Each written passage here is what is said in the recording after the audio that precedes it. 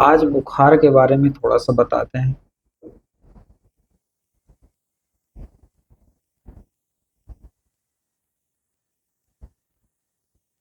बारिश का सीजन आ रहा है। देखते हैं बारिश में हर जगह बरसात का पानी, पानी ही पानी।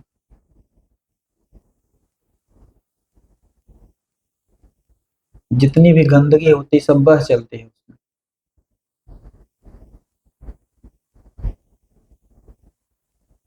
तो बारिश के सीजन में बुखार कुछ ज्यादा आता है।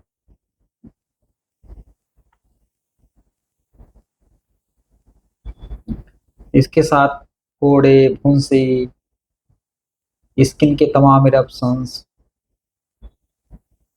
ये सब भी आते हैं। सीधा सा इसका कोरिलेशन है कि जैसे बारिश का पानी जो होता है हर चीज को क्लीन कर देता है, साफ कर देता है। वैसे बॉडी के बारे में इसको अगर कोरिलेट करें तो बुखार जो आता है वो आपको परेशान करने नहीं आता। वो कहीं न कहीं बॉडी में कुछ इम्प्योरिटी है, कुछ टॉक्सिसिटी बॉडी में है जो उसको क्लीन करने का प्रयास कर रहा है एज ए डिफेंस।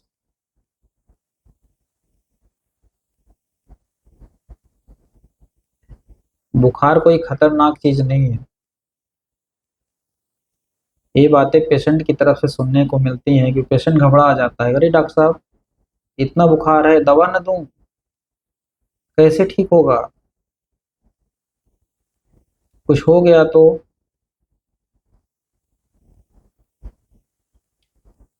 हालांकि फीवर की बहुत सारी सिचुएशंस होती हैं, बहुत सारी कंडीशंस को देख करके ही ये बोला जाता है कि नहीं अभी दवा की जरूरत नहीं है, ऑटोमेटिकली ठीक हो जाएगा। हालांकि जब पेशेंट ठीक हो जाता है बाद में उसको भरोसा बहुत ज़्यादा हो जाता है, नहीं डॉक्टर साहब आपने जैसे जैसे बोला था वैसे हुआ।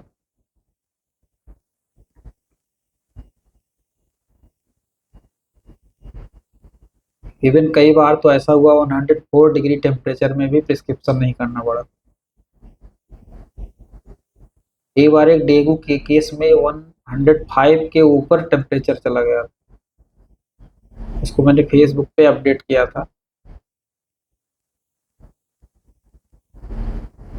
तब जाके वहाँ पे प्रिस्क्रिप्शन की जरूरत पड़ी थी।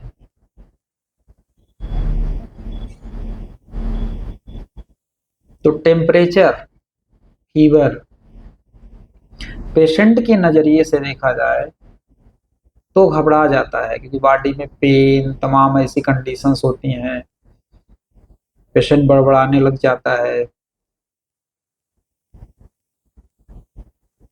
तो पेशेंट के नज़रिए से बहुत बड़ी चीज़ है, लेकिन डॉक्टर की अगर समझदारी है तो शायद बहुत कम केस में, हालांकि इस पर डिपेंड करता है कि कैसा डॉक्टर है, उसके पास कैसे टाइप के मरीज आते हैं।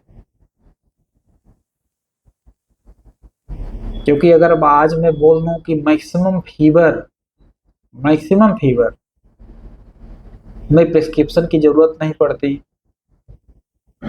तो ये मैं अपने नज़रिए से बोल रहा हूँ, क्योंकि मेरे पास किस टाइप के मरीज आते हैं।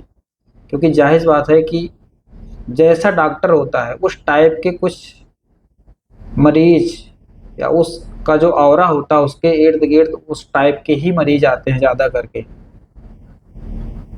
जब कई बार ऐसा बोलता हूँ कि अभी एक बहुत साइकोसिफ्लिटिक एज चल रही है, मतलब इस समय एंट्रोपी बहुत ज़्यादा डिस्टर्ब है पूरे ब्रह्मांड की, यूनिवर्स की, संसार की, घर परिवार की। तो अगर 80% इसमें सिचुएशन बहुत बुरी है तो जाहिर बात है कि मैं ये बोल सकता हूँ कि 80% केस में हो सकता है कि फीवर के लिए प्रिस्क्राइब करना पड़ जाए। लेकिन कोई ज़रूरी नहीं कि वो 80% जो सिचुएशन बुरी चल रही है वो मेरे पास ही से बाहर है।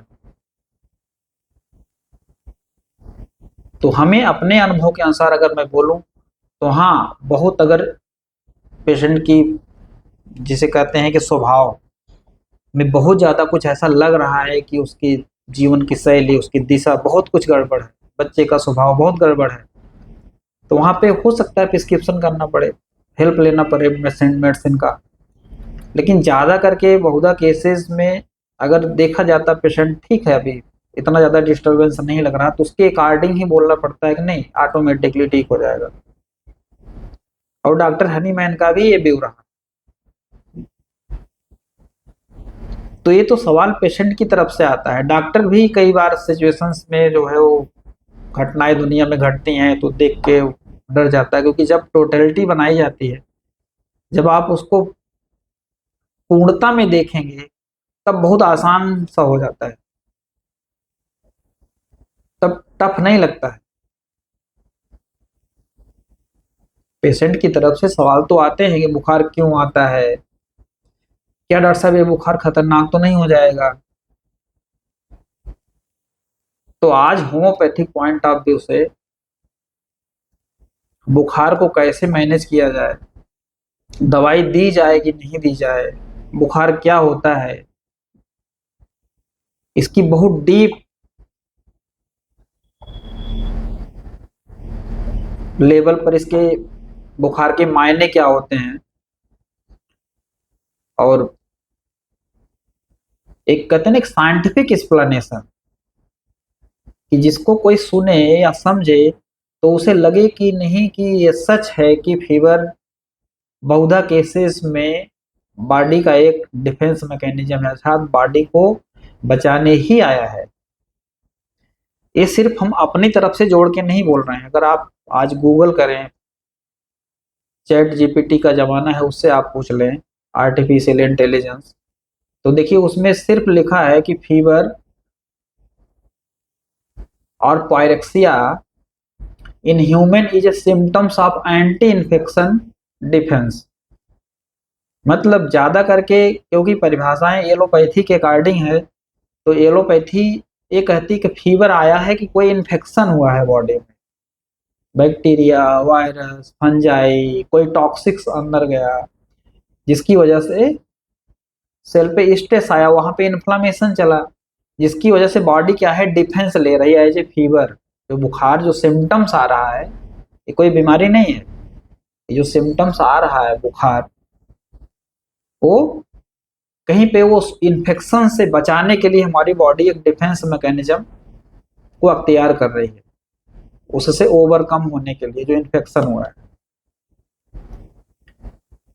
Anti infection defence mechanism that appear with the body temperature, जो बॉडी टेम्परेचर के रूप में आती है,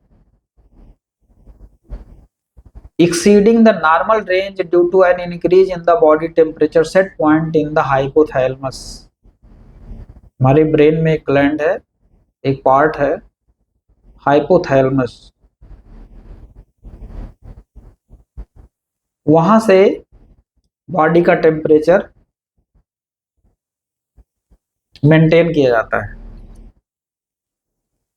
कि कितना टेम्परेचर मेंटेन कर दे बॉडी का, कि ये जो प्रॉब्लम आई है रिजॉल्व हो जाए, जो इन्फेक्शन आया है वो रिजॉल्व हो जाए।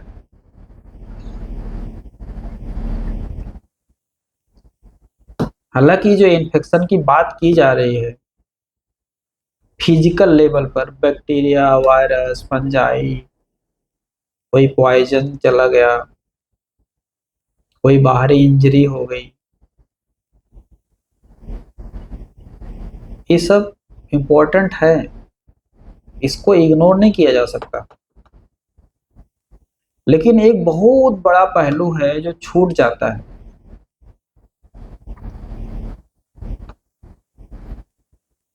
अगर सामान्य मनुष्य जीवन की चर्चा करें तो जो असली चीज है हमेशा मनुष्य से वो छूट जाती है। इवन अगर साइंस का ही कोई स्टूडेंट अगर वो कुछ अलग चल रहा है इस दुनिया में,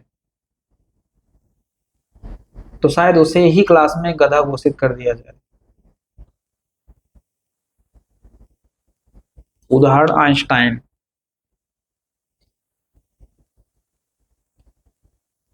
जो फिर भी संपूर्ण नहीं था, जो खोजा गया, लेकिन संपूर्ण जीवन की खोज गीता, बाइबल, कुरान, एक कॉमन साइकोलॉजी से इतना अलग हटके है कि इस पर ज्यादा करके चर्चाएं ही नहीं होती हैं। ठीक है, 1% इन्फेक्शन है, बैक्टीरिया वायरस ये सब चीजें, कोई इनकार नहीं, लेकिन जो 99% घट रहा है ओरिजिनल रूप में, असली इन्फेक्शन, वो हमारी नजरों से दूर ही रहता है, वो पकड़ में नहीं आता है। जो मेंटल लेवल पे होता है, माइंड के लेवल पे होता है। हम लगातार लोगों से इन्फेक्शन में है, सिर्फ बॉडी इन्फेक्ट नहीं हो रही है बैक्टीरिया वायरस से। मैंने बोला ना, वो छोटी चीज है, बहुत बड़ी चीज है।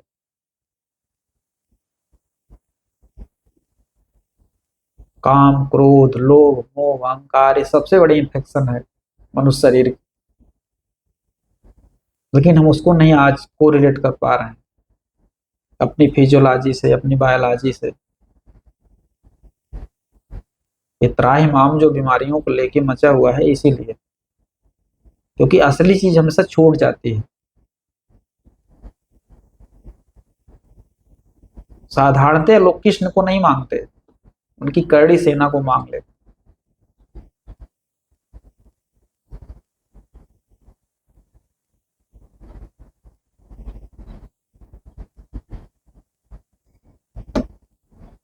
तो हाइपोथैलेमस क्या करता है, बॉडी के टेम्परेचर को सेट करता है कि कितना टेम्परेचर किया जाए कि जो इन्फेक्शन हुआ है, बैक्टीरिया, वायरस, फंजाई, या मेंटल लेवल पे काम, क्रोध, लोभ, मोह,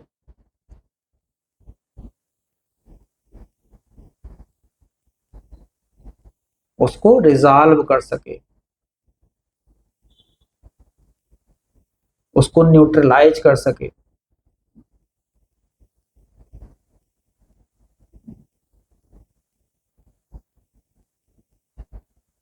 तो जैसे मैंने बोला कि बुखार क्या है, कोई बहुत खतरनाक बीमारी नहीं है, एक लक्षण है। और लक्षण क्या होता है, सिम्टम क्या होता है, symptom are indication of disease और डिसऑर्डर। मतलब एक नेचुरल बॉडी और माइंड हमें मिला हुआ है, एक प्रकृति के द्वारा रॉ मटेरियल बॉडी और माइंड मिला हुआ है, एक स्वभाव मिला हुआ है मनुष्य को। जब वो उस स्वभाव से अलग हट जाता है तो डिजीज कंडीशन में चला जाता है। डिस ईज, जो ईजनेस थी, जो बॉडी माइंड सहज तरीके से इस प्रकृति के साथ, इस जीवन के साथ रिएक्ट कर रहा था, वो रिएक्शन अब एबनॉर्मल हो गया। लगने लगा कि ये तो अनायास गुस्सा कर देते हैं, ये तो अनायास इनके अंदर लालच पैदा हो गई। तो जो डिसऑर्डर हुआ है, and they are what a person feel or experience, they are subjective and individual experience like pain, nausea, anxiety etcetera. क्या बोला जा रहा है, सिम्टम्स जो लक्षण होता है वो व्यक्तिगत फीलिंग है, वो कॉमन फीलिंग नहीं है कि हर व्यक्ति, हर मनुष्य एक ही चीज सोचेगा। फीवर आया, उसमें हर व्यक्ति अलग तरीके से सोचेगा। कोई भी डिजीज आई, डिजीज का नाम लिखने से कोई फायदा नहीं, कोई भी डिस्कम्फर्ट आया, उस डिस्कम्फर्ट का एक अलग साइकोलॉजिकल पैटर्न हर मनुष्य में, हर व्यक्ति में सब्जेक्टिव रूप में इंडिविजुअली चलता है। दर्द कॉमन है, लेकिन दर्द कैसा, ये पेशेंट बताएगा कि ऐसा दर्द होता है डॉक्टर साहब, जैसे जान निकल जाएगी, जैसे काट के फेंक दो, इससे अच्छा तो मर जाए।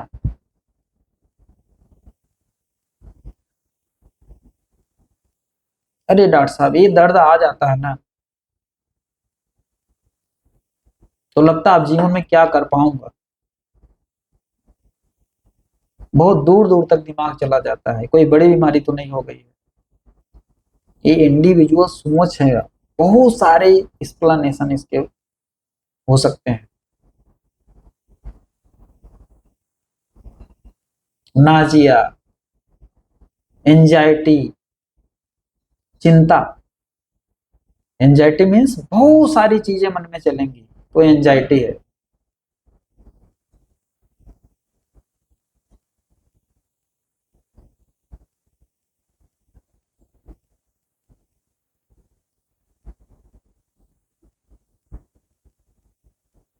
तो ये तीन जो बोला गया ना कि सोरा, साइकोसिस, सिफिलिस, तो सोरा मतलब प्राइमरी अवस्था में जब बहुत सारे टॉपिक मन में चल रहे होते हैं तो होती है वो एंजाइटी। हर चीज चल रहा होता है,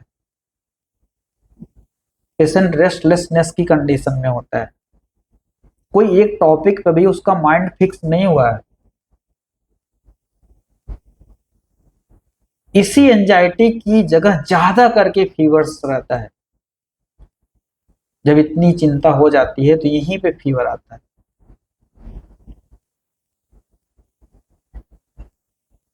एज ए डिफेंस, बॉडी को बचाने। जब यही चिंता, बहुत सारे सब्जेक्ट्स की चिंता, हालांकि ये चिंता भी बहुत सारे सब्जेक्ट पे नहीं होगी, व्यक्ति के अनुसार जो उसका यूनिक करेक्टर है पर्सनालिटी का, उसके अकॉर्डिंग एक टॉपिक पे ज्यादा होगी, लेकिन मैक्सिमम टॉपिक चलते रहते हैं उसमें। यही एंजाइटी, यही सोरा जब साइकोसिस में जाता है, सत्य गुण जब रज गुण में कन्वर्ट होता है, दूसरा डिफेंस बॉडी लेती है, तो वहां पे यही एंजाइटी फियर में कन्वर्ट हो जाती है। देखिए बॉडी और माइंड दोनों कैसे कैसे साथ में चलते हैं। Fever as a generalized, anxiety as a generalized. फिर एंजाइटी से जब आगे साइकोसिस में एंट्री करेगा पेशेंट, तो वहां पे सिर्फ एक चीज को लेके फियर हो जाएगा, डॉक्टर साहब एक चीज, एकदम डर गया हूं, एकदम बच्चों के प्रति ही सारी चिंता होती है, उसी कैंसर पे ही बार बार ध्यान जा रहा है कि उसे हुआ था मुझे भी ऐसे हो रहा है, एक चीज पे फिक्सिटी आ गई, रजगुण साइकोसिस।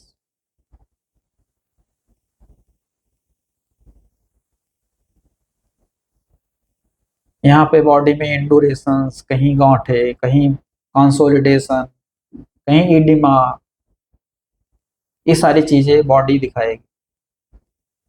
यहाँ पे हो सकता है फीवर लगातार हल्का हल्का चलता रहे। लेकिन यही माइंड की अवस्था आगे चल के फियर के बाद क्या होता है, अगर सच न दिखा, एंजाइटी के लेवल पे भी सच दिख जाता तो हम वहां कूल हो सकते थे, लेकिन सच नहीं दिखा, गलत डॉक्टर मिल गए, गलत सलाहें मिल गई, फिर हम फियर में चले गए। यहीं से फॉलो अप में देखा जाता है केस कि मेंटल लेवल कहाँ जा रहा है। बॉडी की बीमारियों की ये कंडीशन है, बॉडी की बीमारियां क्या बढ़ रही हैं, तो मेंटल से आप कंफर्म करेंगे उसको कि मेंटल कहाँ जा रहा है। ये पूरी बॉडी को चलाने वाला मन है। पूरी गीता में कृष्ण भगवान बार बार वही बोल रहे हैं कि मन ही बहुरूपिया है, मन ही सब बेकार कर रहा है। तो मन जो है ना वही है, उसके हाथों में लगाम है बॉडी। बॉडी को ज्यादा नहीं छेड़ना है, फॉलो अप में माइंड को देखो आप कि लाइफ बेटर हुई, हाँ बेटर हो रही है, तो बीमारी ठीक हो गई, ठीक ही हो जाएगी। असंभव है कि ना ठीक हो, यदि मेंटल ठीक हो रहा है, लाइफ में ईजनेस आ रही। तो तीसरी अवस्था, पहली एंजाइटी, दूसरा फियर, और तीसरी अवस्था क्या आएगी, पैनिक अवस्था आ जाएगी।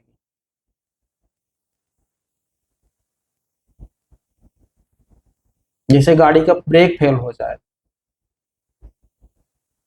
वहां पे फीवर अनकंट्रोल्ड हो सकता है, सिफिलिटिक, तमोगुण।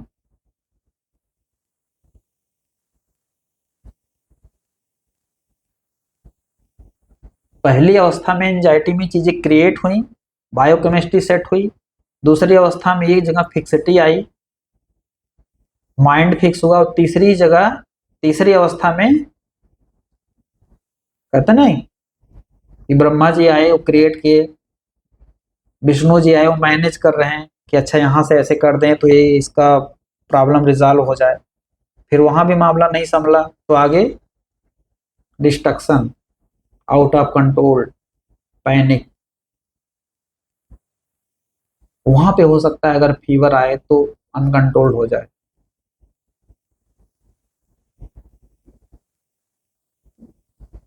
जहां पे इंटेलेक्ट एकदम जा चुका होता है, इंसान एकदम से अपने इमोशंस में आ जाता है, एक जगह माइंड उसका फिक्स होकर के पैनिक हो जाएगा।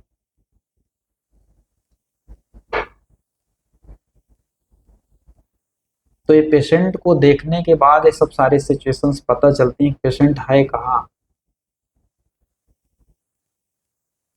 तो ये सिम्टम्स का वो एक उदाहरण मैं दे रहा था कि देखिए सिम्टम्स कैसे इंडिविजुअल टू इंडिविजुअल वेरी करते हैं। हर पर्सनालिटी पैनिक अवस्था में नहीं जाती। बहुत सारी मेडिसिन एंजाइटी के लेवल पे ही रह जाती हैं। बहुत सारी मेडिसिन आगे रजोगुण में प्रवेश करके बहुत ज्यादा फियर में ही लाइफ में चलती रहती हैं।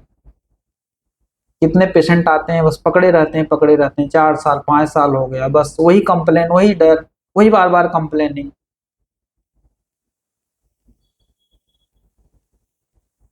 तो उनकी बीमारियां एडवांस नहीं हो पाती।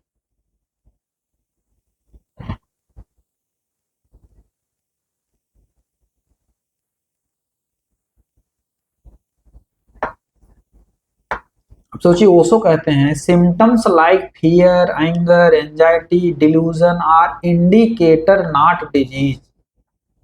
ये जो सिम्टम्स आ रहे हैं, बुखार,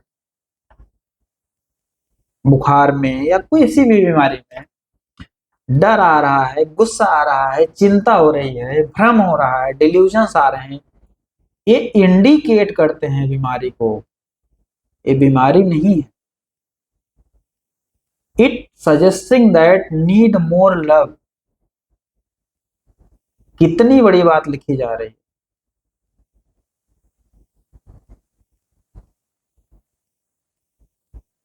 मैसेज टहलते रहते हैं, जिस घर में प्रेम नहीं है वहां पे ज्यादा बीमारियां होंगी। जिस घर में हिंसा ज्यादा हो रही वहां पे ज्यादा बीमारियां होंगी। इतने लक्षण, इतने सिम्टम्स अगर हमें आ रहे हैं, ये सजेस्ट कर रहे हैं कि लाइफ में प्रेम नहीं है।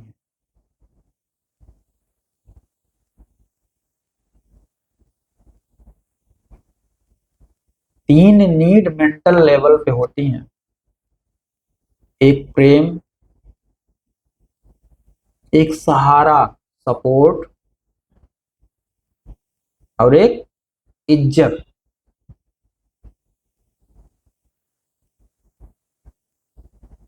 कदर, सम्मान। तो ये चीजें कहीं न कहीं मिसिंग हो रही हैं, तो ये इंडिकेशंस आ रहे हैं।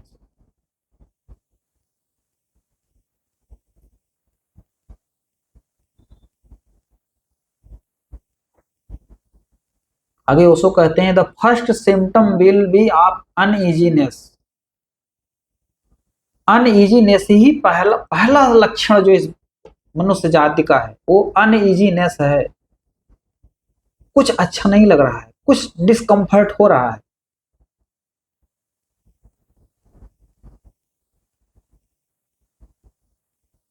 एक जगह स्थिर नहीं हो पा रहा बॉडी और mind. Restlessness, it is so because something new is happening and you are not accustomed to it। मतलब कि कुछ हो रहा है, कुछ ऐसी हैपनिंग हो रही है जिससे आप परिचित नहीं हो। अब बताइए, जीवन तो लगातार एक अननोन की यात्रा है। अगर हम एक हैबिचुअल पैटर्न पे चल रहे हैं, वो तो ऑलरेडी ऑलरेडी फियर पे फियर पे, एंजाइटी पे, चिंताओं पे खड़ी हुई जिंदगी है।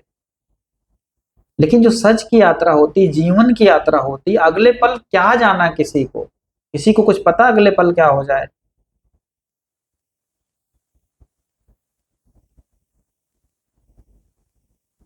जो कॉमन पैटर्न वाली लाइफ चल रही है,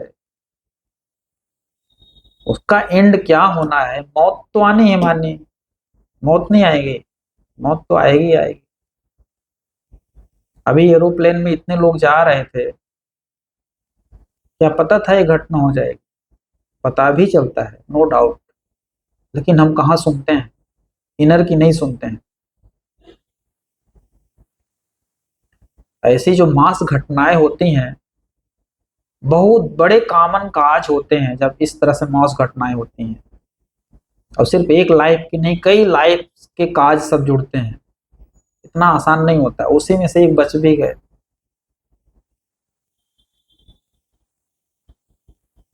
उसका काज अभी पूरा नहीं था।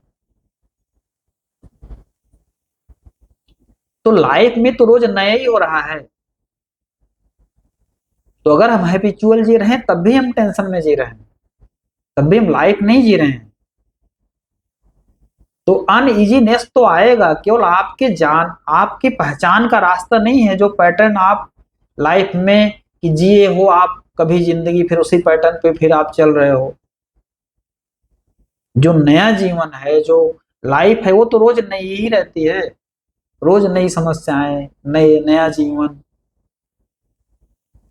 तो जब नए में आप प्रवेश करते हो तो उसमें आप एडजस्ट नहीं कर पाते हो, और वो एडजस्टमेंट जब नहीं हो पाता है, वही अनइजीनेस लेके आता है, वही सारे सिम्टम्स लेके आता है।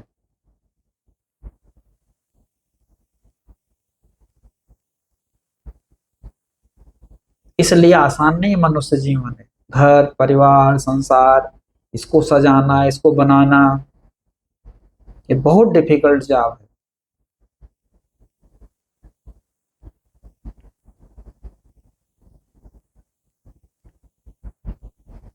तो जब हम लाइफ में नई चीजों के साथ, जिंदगी के साथ, हैबिट के साथ, तो हम तो आराम से चल रहे हैं। और जिस आराम की मैं बात कर रहा हूँ, ये बीमारियों वाला आराम, बीमारियों में इंजॉयमेंट हो रहा है। लेकिन जो नई जिंदगी रोज होनी चाहिए उसका पता नहीं है। उसमें जब हम एडजस्ट नहीं कर पाते, वहीं से सिम्टम्स आते हैं। यही सिम्टम के लिए डॉक्टर हनीमैन कहते हैं अफोरिज्म नंबर 14 में कि उस गॉड क्रिएटर का धन्यवाद कि अगर उन्होंने ये लक्षण, ये सिम्टम्स नहीं दिए होते तो क्या क्या पकड़ा जाता। किस चीज को पकड़ के हम समझते मनुष्य की साइकोलॉजी को, मनुष्य के अहंकार को, इस बुलबुले को।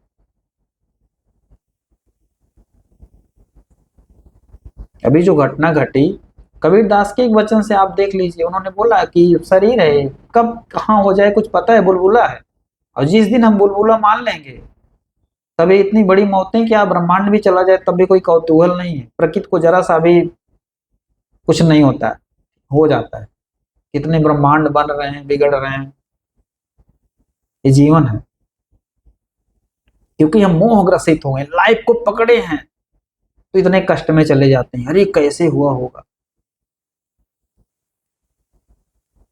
उसको कोई फर्क नहीं पड़ता, ऑल क्रिएटर गॉड को,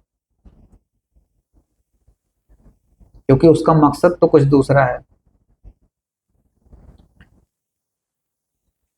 तो एडजस्टमेंट ना होने के कारण जीवन के साथ सिम्टम्स आते हैं, लक्षण आते हैं, फीवर आता है, बीमारी आती है।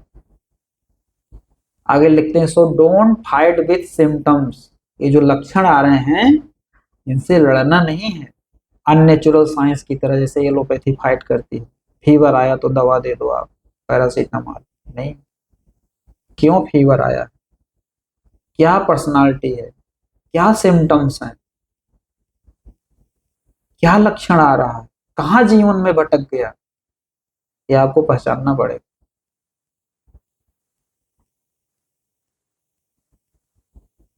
होम्योपैथिक मटेरिया मेडिका की प्रूविंग, इतने सारे लक्षण, सोचिए महासागर है repertory. So don't fight with the symptom, just listen the being and totality inside the symptoms. उस सिम्टम्स के पीछे के राज को समझिए। उस सिम्टम्स इशारा कर रहे हैं कि ये पर्सनालिटी ऐसी है, इसके जीवन में ऐसा घट रहा है जिसकी वजह से बुखार आ रहा है। बुखार नहीं दूर करना है।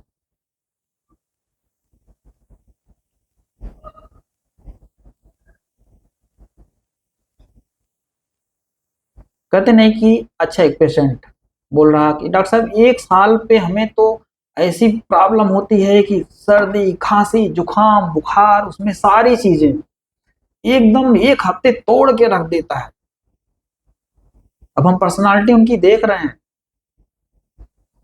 घर के जीवन की परिस्थितियां ऐसी फाइटिंग चल रही हैं, सप्रेशन सप्रेशन सप्रेशन, बस 1 साल पे जब बॉडी उसको सह नहीं पाती है तो निकाल देती है। यही चला आ रहा है। अब इसको पेशेंट की क्योंकि जानकारी नहीं, उस लेवल का नॉलेज नहीं है, तो उनको लगता है कि ये साल भर में मुझे होता है। क्यों होता है?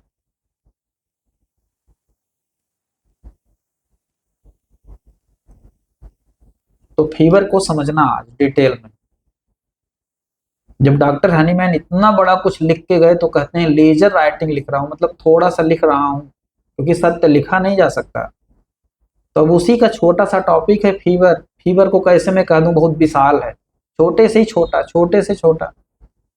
तो हीट क्या है? गर्मी, ताप, टेम्परेचर, बुखार।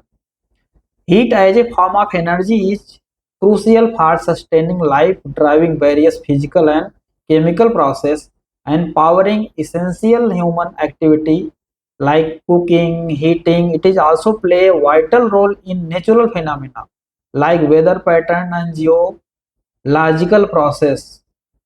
तो हीट सोचिए, अगर नेचर में देखा जाए तो हीट क्या है? एक एनर्जी है, एनर्जी का फॉर्म है जो लाइफ के लिए इंपॉर्टेंट है। इस धरती पे हम बाहर यहाँ बैठे हुए हैं, सोचिए इसके कोर में चले जाइए तो पूरा एकदम से सोचिए वहां पे गर्म, एकदम से इतना हीट है कि आप सोच नहीं सकते। सन का टेम्परेचर कितना है आप सोच नहीं सकते।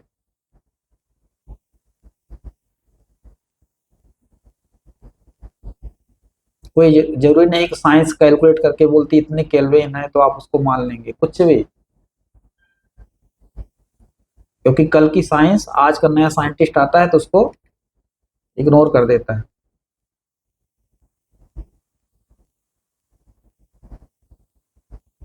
हमारी बॉडी के अंदर केमिकल प्रोसेस चल रहे हैं, जो भी ह्यूमन एक्टिविटी चल रही है हमारे शरीर में, कुकिंग, हीटिंग, जितनी भी वाइटलिटी हमारी है। सोचिए 4 दिन अभी सूरज की रोशनी ना आए तो लगता है सब कुछ फ्रीज हुए जा रहा है। पूरे साल भर का हिसाब लगाए तो मैक्सिमम टाइम गर्मी ही चलती है। 1-2 महीने कड़ाके की ठंडी पड़ती, लगता सब कुछ सिकुड़ गया है। तो सोचिए टेम्परेचर कितना इंपॉर्टेंट है लाइफ के लिए। यूं सोचिए कि टेम्परेचर, ये फैलाव ही जीवन है। और जहां चिलीनेस आ जाए, बहुत ज्यादा हीट की कमी हो जाए, वहां डेथ है। बॉडी ठंडी पड़ गई, हटाओ ले जाओ, खत्म।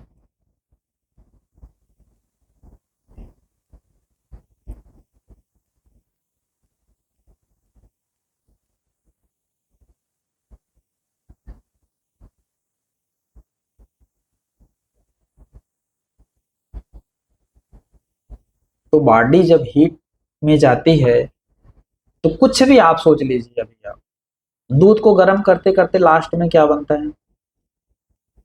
घी बन जाता है। सबसे वैल्यू वाला प्रोडक्ट लास्ट में घी। लोहे को गर्म करिए तो जितनी उसमें जंग लगी रहती छोड़ देता है। गुड़ बनाया जाता है, गन्ने का रस है, देखिए क्या बनता है लास्ट में, कितना मीठा चीज निकलता है।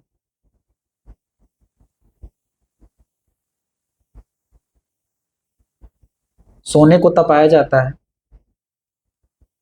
तो ये कॉमन ये है कि अगर हीट एक ऑप्टिमम लेवल पे बॉडी में बढ़ रही, तो कहीं कहीं कहीं इम्प्योरिटी है, वो बॉडी उस इम्प्योरिटी को बाहर निकालना चाह रही है, उसको आप छेड़ो मत।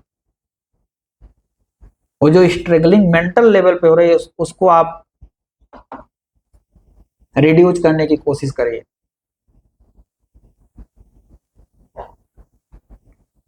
टेम्परेचर बहुत ज्यादा आता है जहां पे नुकसान हो सकता है बॉडी का, खतरनाक कंडीशन, डेथ भी हो सकती है, तो उसकी एक अलग सिचुएशंस होती है। पेशेंट अपने लाइफ के तीनों डिफेंस की बैलेंस, जो बैलेंस होता है उसकी बाउंड्री लाइन को क्रॉस कर चुका होता है, तो कोई घटना घटती है, वरना टेम्परेचर नुकसान नहीं करने आता। आपको मैंने यही एक्सप्लेन करने की कोशिश कर रहा हूं कि हीट, टेम्परेचर ये जीवन है,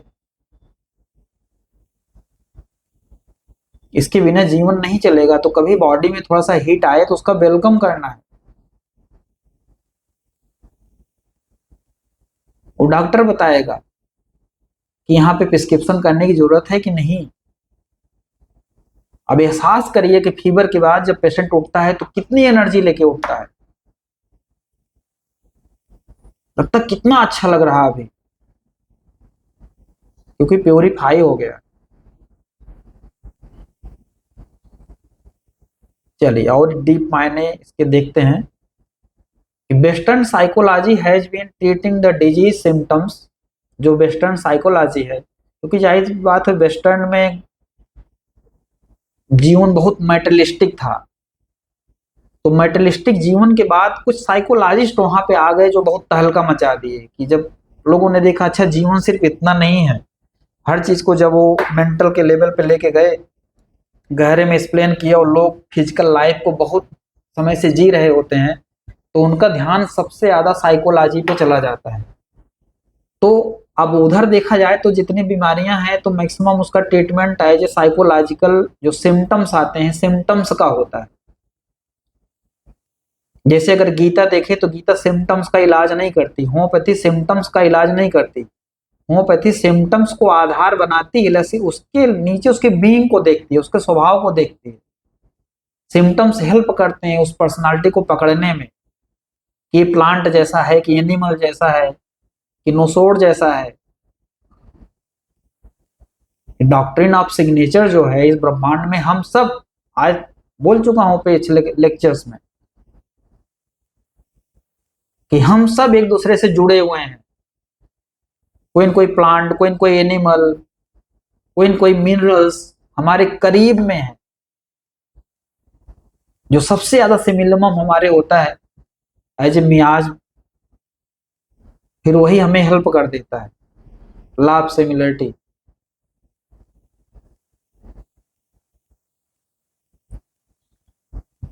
तो साइकोलॉजी की खोज तो वेस्टर्न में हुई गहरी गहरी, लेकिन गीता कहती है कि साइकोलॉजी के ऊपर उठो, इस मन के ऊपर उठो, मन को अपने कंट्रोल में कर लो। लेकिन वेस्टर्न साइकोलॉजी क्या बोल रही है कि मन ही सर्वे सर्वा है, बस इससे लड़ो, यही प्रॉब्लम हो जा रही है।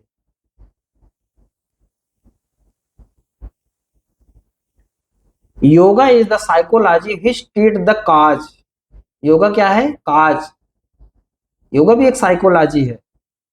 मन ही तो है हर जगह, मन ही इशारा कर देता है जीवन के पार का जो जीवन है, और मन ही मन में भटका के आपको परेशान कर सकता है, बीमारियों में लेके जा सकता है, जीवन को बर्बाद कर सकता है। तो yoga is the psychology which treat the cause, what you say is your symptoms, and western psychology carry on talking it for granted and start removing it। जो भी सिम्टम्स आज आप एक वेस्टर्न साइकोलॉजी की बात कर रहे हैं, वहां पे आप अपने सिम्टम्स बताइए, फिर उस सिम्टम से फाइट करना शुरू कर देंगे, उसे रिमूव करने के लिए क्या क्या आपके साथ कर सकते हैं। दे हैव नॉट सक्सेसफुल, अंत में वो सक्सेसफुल नहीं होते हैं। 1 साल 2 साल पेशेंट रहता है, जीवन कुछ ना कुछ बदल ही रहा होता है लोगों का, तो लोग श्रेय दे देते कि अच्छा वहां जाके हमारी जिंदगी बदली है, लेकिन होता कुछ नहीं। Western psychology has prove to be a facts a complete failure, not it is such a great establishment that psychologist can not say it. ये साइकोलॉजिस्ट आपको कभी नहीं बताएंगे, वो तो अपने आप को सबसे महान बोलते हैं, उनकी सोच गड़बड़ नहीं है, वो अपने लेवल पे जहां तक सोच रहे हैं सही सोच रहे हैं। लेकिन जिस दिन उसके आगे का द्वार खुलेगा तो उनको खुद इस चीज का रियलाइजेशन होगा कि जैसे फिजिकल लेवल पे फाइट करने पे बहुत खतरनाक अवस्था बॉडी पहुंच जाती है, वैसे मेंटल लेवल पे भी केवल फाइट करने से मेंटल लेवल भी बहुत बुरी अवस्था में पहुंच जाता है। ये दोनों आपस में कंप्लीट है, दोनों को जोड़ना पड़ेगा और जोड़ करके इसके अंदर के बीइंग को समझना पड़ेगा, पर्सनालिटी को समझना पड़ेगा, स्वभाव को समझना पड़ेगा,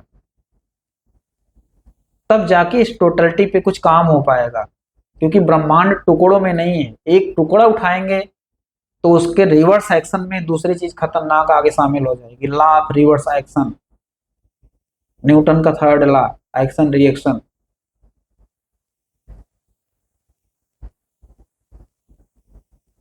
लेकिन साइकोलॉजिस्ट दावे करते हैं हाँ ये चीज इतनी बड़ी चीज हम कर गए, क्योंकि जाहिर बात है कि मेंटल के लेवल पे वो काम कर रहे हैं तो एक कहते हैं ना ईगो जनरेट हो जाता है कि हम तो इससे बड़ा कुछ है नहीं। जैसे भगवान को लेके कितने लोगों को ईगो हो गया कि हम तो जान गए हैं,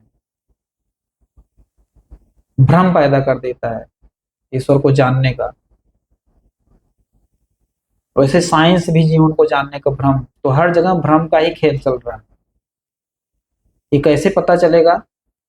जीवन से पता चलेगा, उसके उसके आचरण से पता चलेगा, उसके व्यवहार से पता चलेगा कि रियली में भ्रम है कि सच सच बोल रहा है। तो सिम्टम से फाइट करने के लिए कहीं नहीं बोला गया है। सिम्टम से फाइटिंग हमेशा आपको खतरे में लेके जाएगी। They cannot accept the fact that they have become aware of not being able to help anyone। वो इस फैक्ट को, जो फैक्ट है, जो रियलिटी है, इसको वो कभी स्वीकार ही नहीं कर सकते कि हम कैसे हो सकता है मैं किसी का हेल्प नहीं कर रहा हूं। इससे पेशेंट की सिचुएशंस वर्स हो रही है।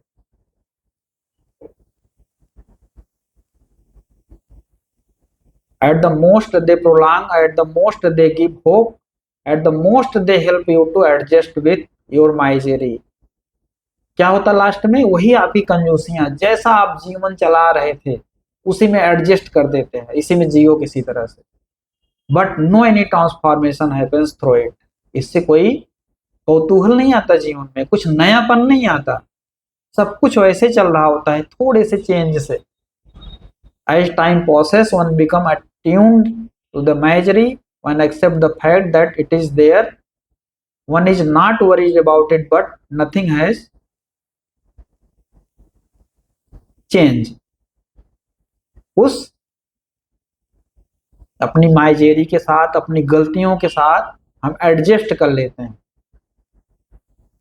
लेकिन कुछ भी चेंज नहीं होता। तो outer symptom can not be change. जो सिम्टम्स हैं, जो लक्षण हैं, इसको चेंज नहीं किया जा सकता, शांत किया जाता है। बेसिक बैकग्राउंड आप सही कर देंगे तो अपने आप शांत हो जाते हैं। अंधेरे को आप दूर नहीं कर सकते, प्रकाश कर सकते हैं, वो ऑटोमेटिकली चला जाएगा।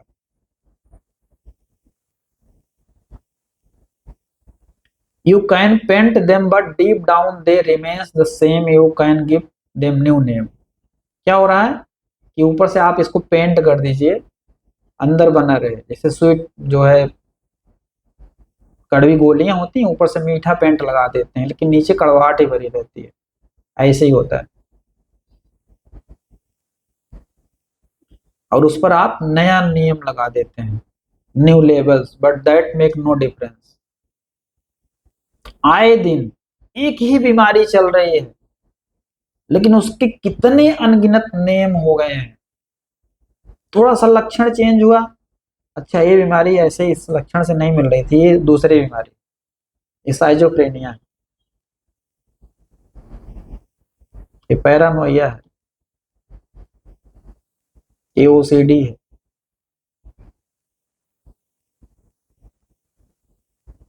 ये अल्जाइमर है, ये डिमेंशिया है, ये इंसैनिटी है, ये मैनिया है। सब जुड़ी हुई, नाम अलग अलग रख के ही लेबलिंग की जा रही है आज दुनिया में।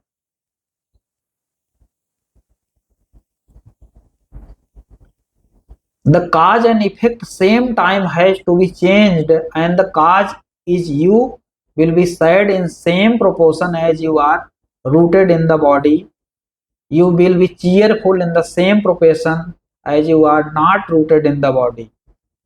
When you are free from body, there will be fragrance and cheerfulness in your personality. You are enough to become yourself. This is the goal of human life, but the goal can be reached only if you move very cautiously and don't get entangled with the disease symptoms. क्या बोला जा रहा है?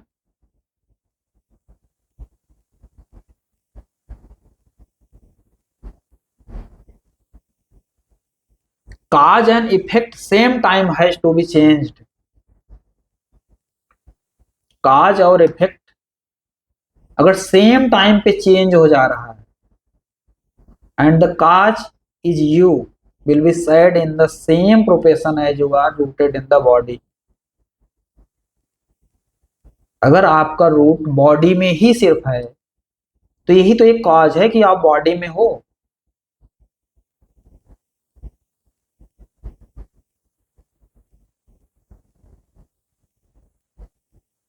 अब सोच लीजिए, जिस समय इस बॉडी से ध्यान हटा के आपका और गहरे लेवल पे जाएगा, एक और काज है जो काजलेस है, फिर वहीं पे चीयरफुलनेस की कंडीशन सेम प्रोपोर्शन में आती है। मतलब जितना सैड आप इस बॉडी में, इस जीवन में, इसीलिए बुद्ध ने कहा कि जीवन दुख है। जब शरीर के लेवल पे आप जी रहे हो तो दुख ही दुख मिलेगा आपको। इसके थोड़ा से ऊपर मेंटल लेवल पे जाएंगे तो और ज्यादा परेशानियां वहां पे है, मेंटल दुख वहां शुरू हो जाते हैं। मेंटल कलहें बहुत बड़ी हैं, फिजिकल कलहें उतनी बड़ी नहीं है। गरीबों की बीमारियां जो होती है ना वो जल्दी ठीक हो जाती हैं, अमीरों की बीमारियां जल्दी नहीं ठीक होती।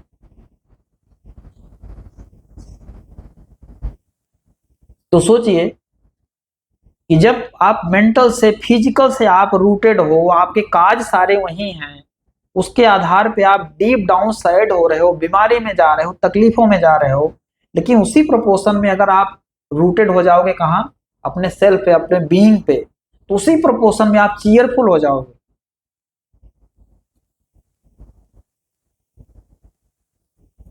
जैसे ही आप बॉडी से फ्री होते हो, मन से फ्री होते हो, खुशबू आ जाती, fragrance and cheerfulness in your personality. इसलिए कोई जल्दबाजी नहीं है जीवन में, आप जी लो इस जीवन को। जितना दुख है उसका वेलकम करो आप। दुख आपके बुरे के लिए नहीं आ रहा है, वो आपको जगाने आया है। सारे राज उसी में है। दर्द ही दवा है।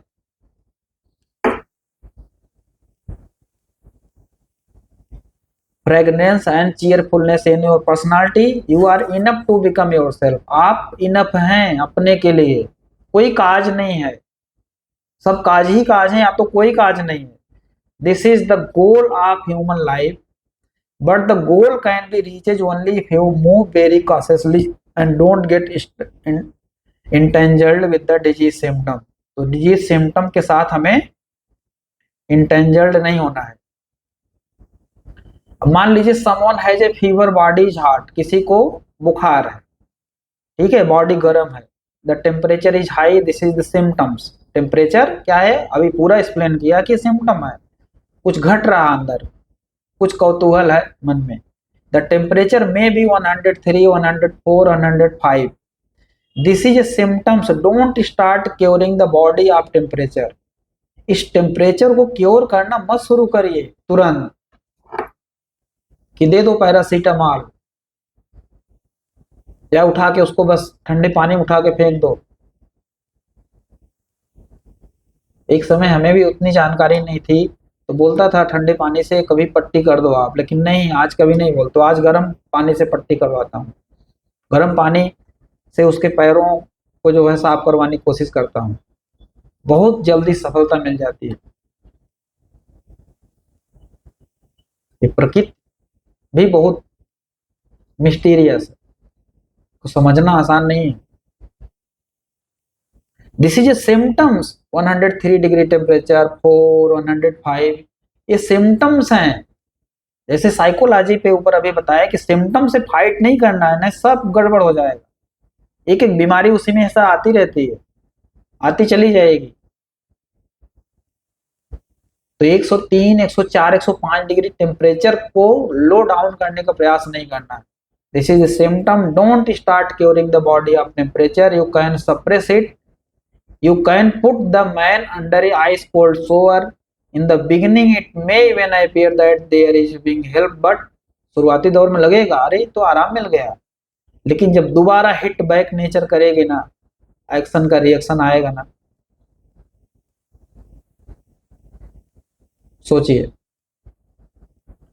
कैसे एक्शन का रिएक्शन आता है। हम जल जाते हैं, तुरंत ठंडा एप्लीकेशन करते हैं, वहां फफोला आ जाता है। फफोला क्यों आया? जलने से नहीं आया, जो आपने ठंडा एप्लीकेशन किया इसलिए आया। अगर वहीं आप थोड़ा सा धैर्य रखते, थोड़ा सा उसी हीट के पास लेके जाते, वहां फफोला नहीं आता, वो क्योर हो जाता है। करके देखिएगा कभी, ये होम्योपैथी है, ये नेचर के साथ का क्योर है।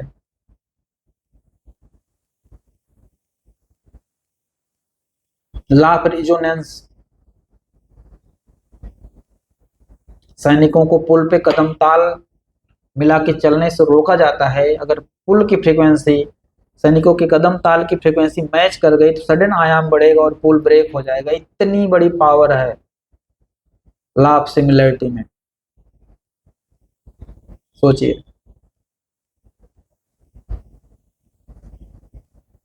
तो ठंडे पानी में आप डाल तो देंगे, थोड़ी देर के रिलीफ मिल जाएगा, उसके डबल टेम्परेचर अगली बार आने वाला है। खतरे में ऐसे पेशेंट जाता है,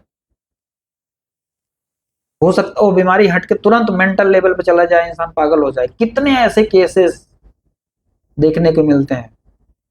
सब बीमारियों के कॉम्प्लिकेशंस के बाद, बीमारी फीवर आ रहा था, उसे लगातार बुखार, सिंपल बुखार था, फिर वो टाइफाइड में कन्वर्ट हुआ, फिर वहां से टाइफाइड खत्म हुआ तो फिर लीवर में कोई ऐसी डिजीज आ गई इनक्योरेबल। मेंटल लेवल पे गया, ब्रेन के लेवल पे कन्वर्जन शुरू हो गए। लेकिन हम सोचते हैं कि वो तो बुखार था, वो तो चला गया, वो तो डॉक्टर बहुत अच्छा था। झटकों का दूसरा डॉक्टर देखेगा, न्यूरो सर्जन देखेगा, न्यूरो फिजिशियन देखेगा।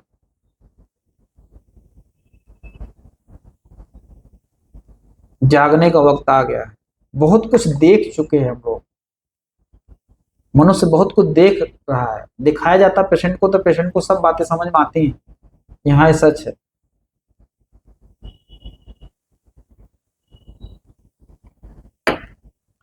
तो ये क्योर नहीं है कि आप उसे ठंडे पानी में प्रकृति के खिलाफ, उसे गर्म के खिलाफ ठंडा दे करके उसे क्योर कर लोगे आप। He will be die because fever is a symptoms, वो मर जाएगा।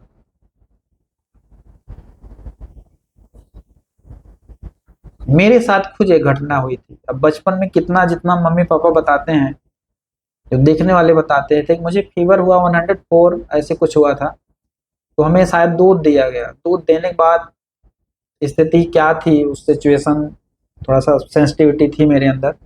हो सकता है किसी की बात, पापा थोड़ा सा गुस्से वाले थे, उनकी बात लगी हो। किसकी बात लगी? जॉइंट फैमिली हुआ करती थी, तो फीवर मेरा, फिर वहां से सामान्य जो फीवर था वो बुखार के बाद, या फिर लेके गए वहीं पे बंगाली डॉक्टर रहा करते थे, वहां पे कुछ ट्रीटमेंट वगैरह, उसके बाद फिर ब्रेन पे चढ़ गया फीवर। ब्रेन फीवर मतलब वहां पे मैं डिलीरियम में चला गया,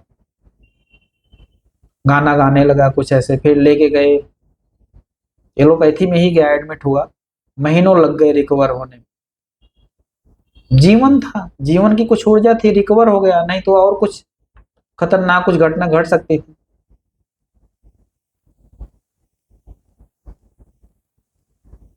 तो ये कहने का तात्पर्य ये है कि सिर्फ फीवर को बाहर से आप उसको सप्रेस मत करिए, उसको जानने की कोशिश करिए कि फीवर क्यों है। बच्चा आया है, सर रोज डांट पड़ती है सर, टाइफाइड लेके टहल रहा 3-4 महीने से, जाते हैं इंजेक्शन एक लगवा देते हैं, 4 दिन बाद फिर आ जाता है, डांट रोज पड़ रही है। वो डांट से जो बच्चा सेंसिटिव हो गया है, उसको हमें क्योर करना है।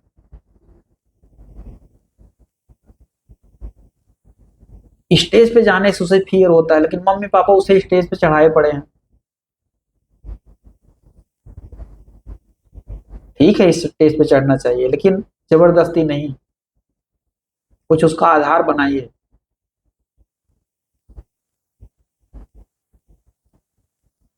वहां पे जाके वो इम्ब्रेस होता है, फिर उसके बाद उसको बुखार आना शुरू होता है। ऐसी बीमारियां जुड़ी पड़ी हैं उसका इंसान के जीवन से, लक्षणों से, लाइफ सिचुएशन से। बहुत ब्रॉड है सब, बहुत विशाल है, इतना ब्रॉड स्पेक्ट्रम होम्योपैथी में।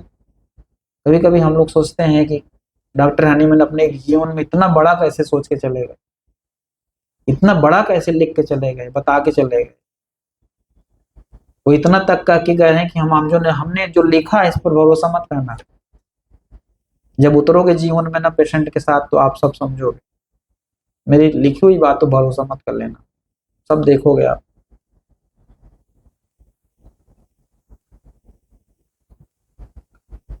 He will be die because fever is a symptom. So the fever simply show that inside the body there is a great war. Body के अंदर कोई वार चल रहा है। An elemental war, element of the body is under conflict. मतलब body की जो biochemistry है, जो एलिमेंट है, वो अंडर कॉन्फ्लिक्ट है। सेल इंजरी के चैप्टर में आप देख लीजिए क्या बायोकेमिस्ट्री होती है, कैसे कैसे हमारी बॉडी सेल इंजरी के बाद इन्फ्लामेशन का पूरा प्रोसेस है। यहाँ डिटेल में जो नहीं जाएंगे, हम पूरा इन्फ्लामेशन नहीं बढ़ाएंगे। वही बोल रहे हैं, जो एलिमेंटल चीजें बायोकेमिस्ट्री में जो चल रही हैं, उसके पीछे कॉन्फ्लिक्ट है। फिजिकल लेवल पे भी हो सकता है, मेंटल लेवल पे होगा। उसको पहचानना है कि क्या चल रहा है।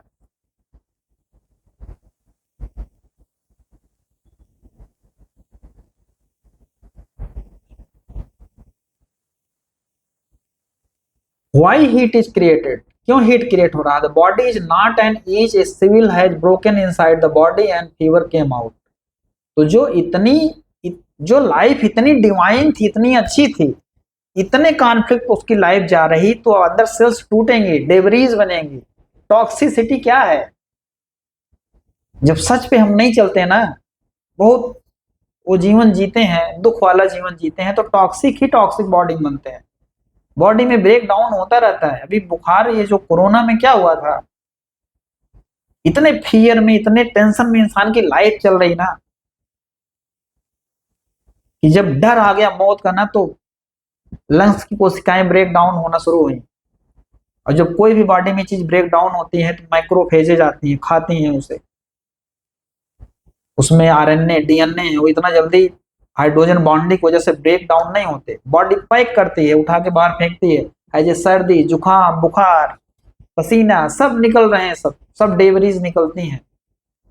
हीट क्यों बॉडी क्रिएट कर रही है? हीट होगा बॉडी तो उसको निकलने में ईजनेस होगी, आसानी से डिस्चार्ज हो जाएगा।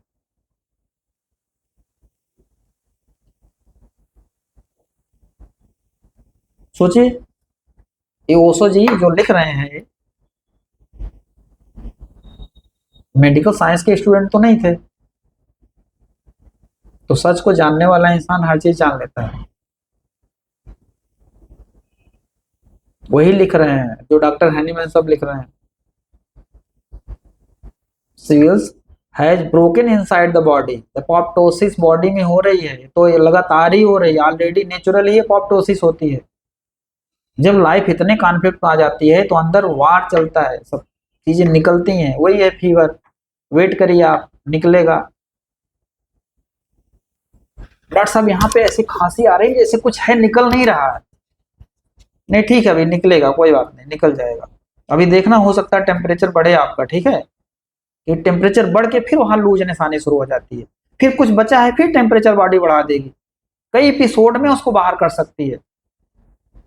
लेकिन वहीं पर अगर एलोपैथी या बार बार अननेचुरल होम्योपैथी, अननेचुरल दवाई से प्रिंसिपल न फॉलो करके आप होम्योपैथी दवाई इवन क्यों ना दे दो, आप वो सप्रेस करके आप अंदर लेके जाएंगे उसको। नोज से मामला शुरू हुआ है, थ्रोट पे जाएगा, फिर लंग्स में, लास्ट में एल्वेओलाई तक पहुंच जाएगा। आउटवर्ड टू इनवर्ड, उल्टा घटना बड़ी होगी आगे। स्नीजिंग यहाँ थी, इलाज चल रहा है, इनलर लेते लेते लेते एक दिन अवस्था अस्थमेटिक हो गई, लास्ट में लंग्स पूरा डैमेज। ये कहानी चल रही। रूट देखना है, रूट पकड़ना है। कि वार कहाँ चल रहा है जीवन में, जीवन कहाँ गलत जी रहा हूं।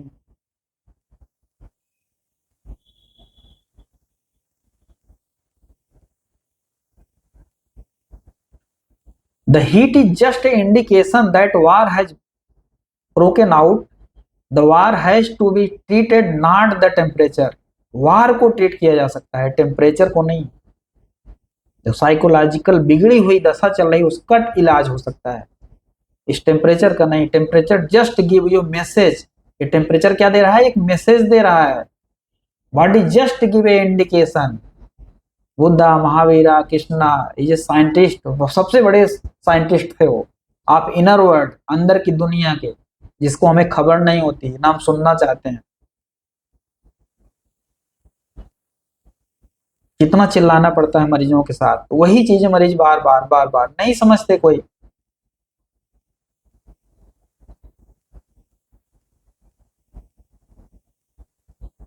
World where war is originated, Ayurveda says that when you are bodiless, you are healthy. Health की डिफिनीशन आयुर्वेद बहुत अच्छा बताती है। क्या बोलती है कि जब आपको बॉडी का कोई ऑर्गन फील नहीं हो रहा है, समझ लो आप हेल्दी हो। कोई भी चीज अगर बॉडी का आपको फील होने लगे, समझ लो अनहेल्दी है। इतना इजी डिफिनीशन कहीं दुनिया में है? विदेहा, जब देहलेस, बॉडीलेस का एहसास होने लगे, कितना हल्कापन महसूस आज कर रहा हूं, कहीं कुछ एहसास ही नहीं हो रहा। You don't feel the body, you are healthy. Head feel in headache. जब हेडेक होगा तो हेड आपको फील होने लगेगा, otherwise no feeling of head. इसके पहले कभी हेड की फीलिंग होती है? नहीं। अब आते हैं होम्योपैथी पे, होम्योपैथी एंड फीवर। हालांकि होम्योपैथी ही चल रही है। डॉक्टर हनीमैन क्या बोलते हैं, सबसे बड़ा अफोरिज्म अगर देखा जाए तो अफोरिज्म 73 देखना है। सब कुछ डॉक्टर हनीमैन ने इसी में परोस दिया है।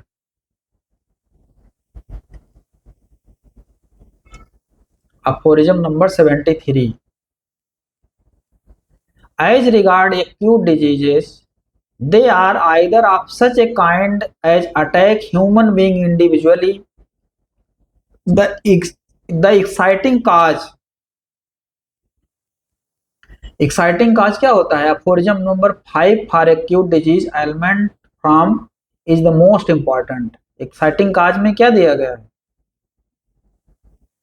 अफोरिज्म नंबर 5 में एक्यूट डिजीज के लिए बोल रहे हैं डॉक्टर हनीमैन कि एक्साइटिंग काज सबसे ज्यादा जरूरी है।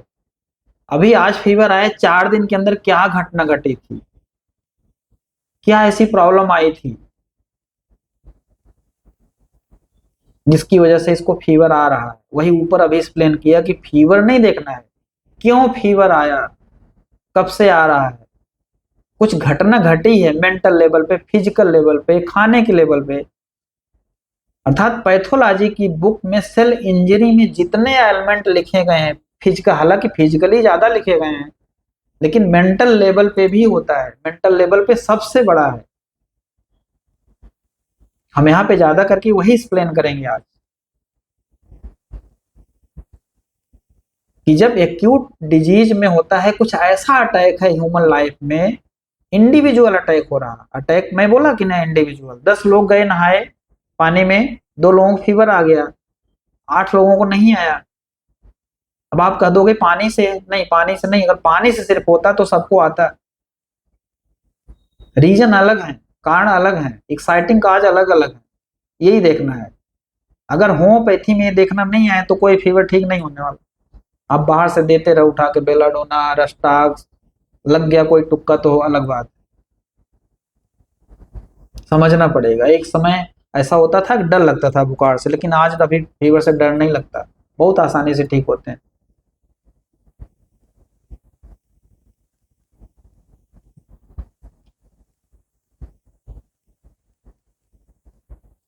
अगर रिपर्टरी खोल के देखें तो 290 एलिमेंट हैं लगभग लिखे, 290 element in the repertory, general and peculiar. General मतलब जिसमें ज्यादा कॉमन चीजें हैं, ज्यादा मेडिसिन है। पेक्युलियर का मतलब जिसमें कम मेडिसिन पड़ी हुई है। ऐसे सिम्टम्स, ऐसे ऐसे एलिमेंट फॉर्म, ऐसे एक्साइटिंग काज जिसमें बहुत कम दवा पड़ी हुई, वो पेक्यूलियर होते हैं, सबसे इंपॉर्टेंट होते हैं। डॉक्टर हनीमैन बार बार कहते हैं यही लक्षण, यही एक्साइटिंग काज सबसे इंपॉर्टेंट होता है पेशेंट के ट्रीटमेंट के लिए, क्योंकि ऊपर लिखा इंडिविजुअली अटैक हो रहा है।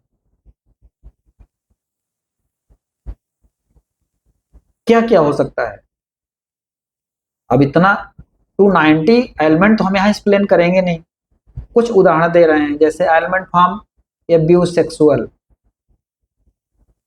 एक केस था एक बार, ठीक है, तो बार बार ऐसे उसके साथ, हालांकि वो मामला क्रॉनिक हो गया था, एक्यूट नहीं था। एक्यूट पहले घटा था कुछ समय तक, वो चीजें एलोपैथी में सप्रेस हुई, फिर वो मामला उसका क्रॉनिक हो गया। तो लास्ट में जब पता चला सेक्सुअल एब्यूज का मामला है, तो फिर वहां पे देख करके जब वो एलिमेंट उसमें इंक्लूड हुआ, हालांकि मामला क्रॉनिक ही देखा गया, तब जाके केस रिजॉल्व हुआ। तो चीजें होती हैं, कई बार पेशेंट सेक्सुअल एब्यूज की घटना है, पेशेंट डॉक्टर को जल्दी बताना भी नहीं चाहता, उसकी वजह से फिर उसे फीवर आ रहा, बार बार वो घटना याद करके आपके सामने न बताए। एलिमेंट फॉर्म सेलिबेसी,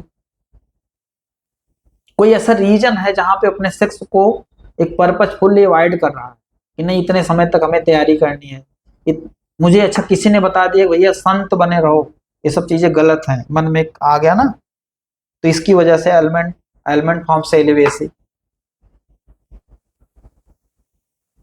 कि हमें अभी तैयारी करनी है, अभी शादी करनी नहीं, अभी सेक्स की तरफ ध्यान ही नहीं देना है, तो वहां पे चीजें सप्रेस होती हैं। Element form celibacy, element form business failure, business था डॉक्टर साहब फेल्योर हो गया, इसके बाद मेरा सब कुछ ध्वस्त हो गया। एलिमेंट फॉर्म एम्बिशन लॉस, बहुत बड़ा एम्बिशन था, बहुत कुछ बनना था, बहुत बड़ा बनना था, बन नहीं पाए। आए दिन कुछ न कुछ पेशेंट सुनाते रहते हैं डॉक्टर साहब अब कुछ नहीं बचा, सब धीरे धीरे खत्म हो गया, ambition loss. Element element of death of love one, doctor साहब बेटा अभी चला गया, पिछले 3-4 सालों से डॉक्टर साहब डेट ही देख रहे हैं, सब जितने भी चाहने वाले थे सब चले गए। सब चीजें देखनी है, कोई भी बुखार आ रहा हो, क्रॉनिक मामला हो,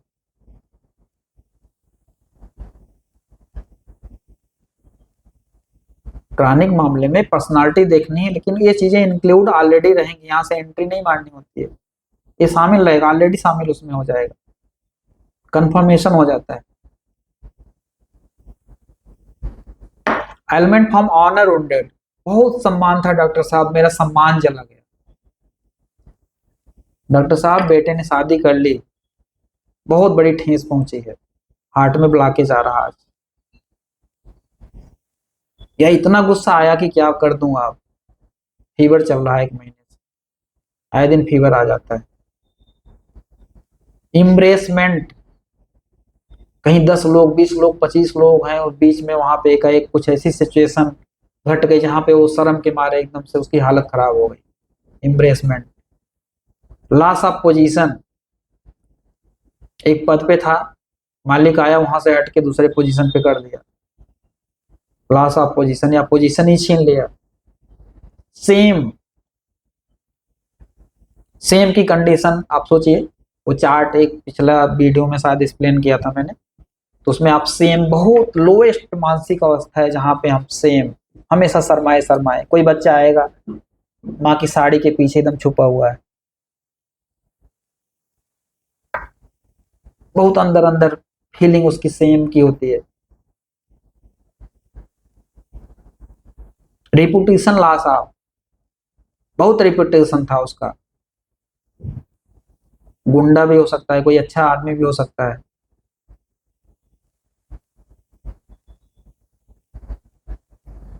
रिपुटेशन चला गया। मोटिफिकेशन चैगरिन, एक ईगो बेस में होता है, एक डिग्निटी होती है,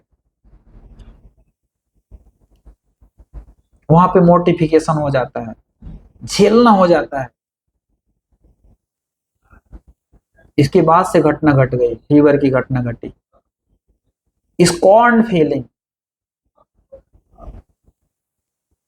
इतनी सिचुएशन आ गई पारिवारिक कि जैसे लग रहा है कि बस अभी अभी चले जाएं, जैसे सीता जी कहती है ना कि ये धरती में फट जाऊं मैं समा जाऊं, स्कॉर्न, डिसेप्शन एंड डिसअपॉइंटमेंट। सोचिए, धोखा मिल गया किसी से। ये सब ऐसे ऐसे बहुत सारे ऐसे रूब्रिक्स हैं। इन सब चीजों में अगर आप सर्च करेंगे तो यही सिचुएशन ज्यादा करके मिलती है। आप सर्च करें इसमें कौन सी दवाई पड़ेगी।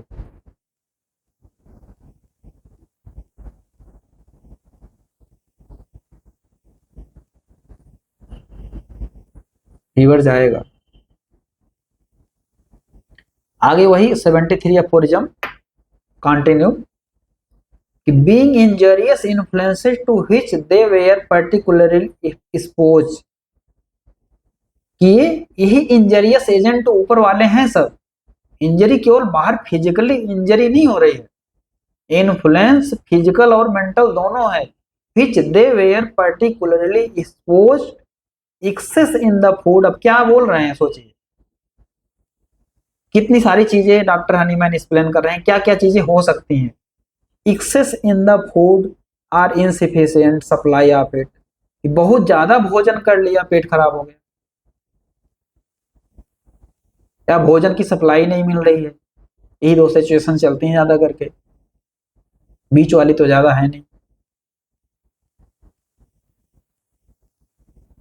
सीवियर फिजिकल इंप्रेशन, कोई फिजिकल इंप्रेशन सीवियर हो गया, चोट लग गई कहीं पे, कुछ ऐसी घटना घट गई।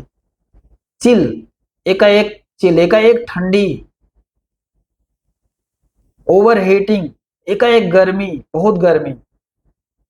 डिसिपेशन, स्ट्रेन, ये सब सारी सिचुएशन सबको पता है। तो ये सब इतनी चीजें हैं स्ट्रेन एटीसी। और फिजिकल इरिटेशन, कोई ऐसी चीज है जो फिजिकली बार बार इरिटेट कर रही है। Mental emotions and the like are exciting cause of such acute febrile affection. जब एक्यूट फीवर उसे आया, इसमें यही सब चीजें जो ऊपर अभी एक्सप्लेन किया हूं, ये सारी चीजें होती हैं। इसको आपको सोचना है, समझना है। In reality however they are generally only a transient explosion of latent sora। latent sora क्या है?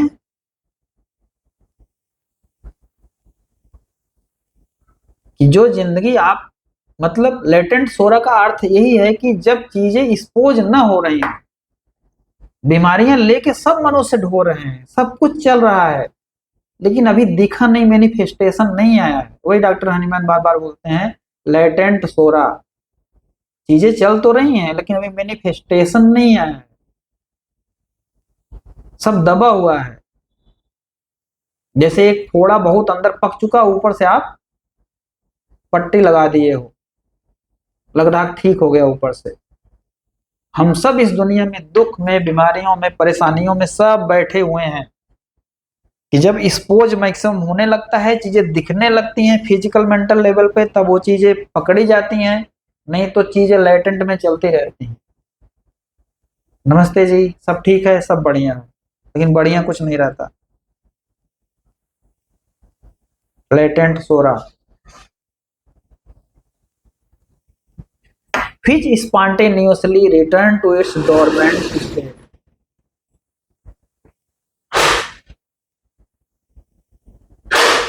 which spontaneously return to its dormant state, मतलब ये जो एलिमेंट आए ऊपर से, जो मेंटल सिचुएशन, जो फिजिकल इरिटेशन, सारी चीजें हुई, पेशेंट आया, उसे फीवर आया, फिर स्पॉन्टेनियसली रिटर्न टू इस डोरमेंट स्टेज। फिर क्या होता है कि साधारणतया क्या होता है, ऑटोमेटिकली सब मामला रिटर्न हो जाता है, फिर वही स्थिति चलने लगती है, सब ठीक है, सब बढ़िया हो गया, ठीक है, 4 दिन पहले लड़ाई हुई थी, अभी अब मामला सही हो गया, समझौता हो गया।